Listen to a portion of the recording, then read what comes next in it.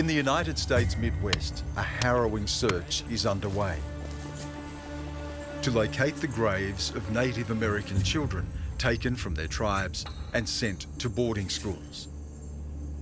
These were not schools. It was a prison camp. From as far back as I can remember, I've heard this story.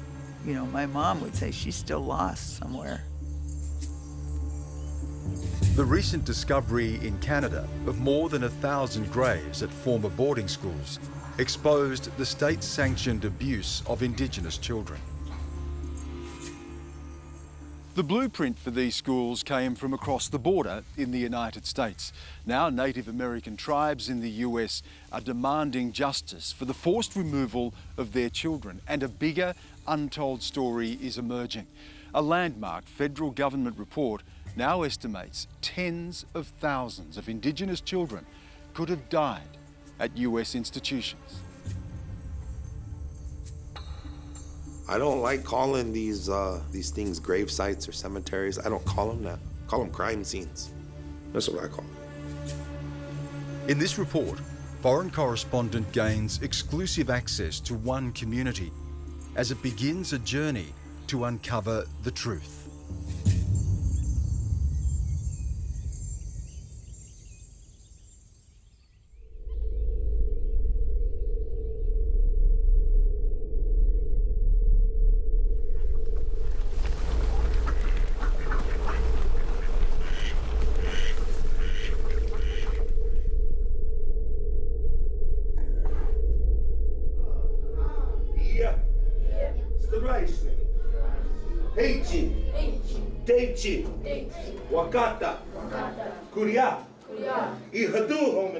On a cold winter's morning, these Native American children are having a lesson in language. Okay, that's your format. Are you ready? Here we go. Sapa black ARP. Sapa black ARP. Shah red ARP. Shah red ARP. The language is literally the heart and soul of our people. It holds our identity, and it holds our practices, our beliefs, our philosophies, our worldviews, all inside the language. So our existence is directly tied to it. There was the we. Redwing Thomas is one of a few who can speak Dakota, his tribe's language. Practice this word with me. Say, emakiapi. Try it again, emakiapi. Less than 5% of my people, we don't know our language. We are on the verge of reclaiming it, but it's an uphill walk, you know, and we have a long way to go. It took generations to wipe the language out. It's going to take generations to restore it. She ignored him. He blames the US government's boarding school policy for destroying his people's culture. As Native people, we've been severed from our language, from our culture, from our practices over a whole course of time.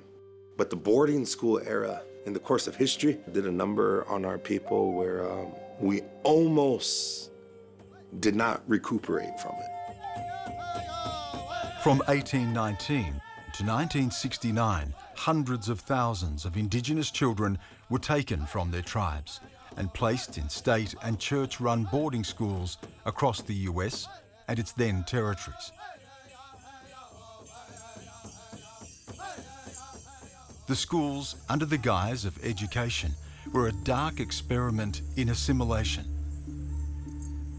The model for the schools was devised by military officer Richard Henry Pratt, an Indian hunter.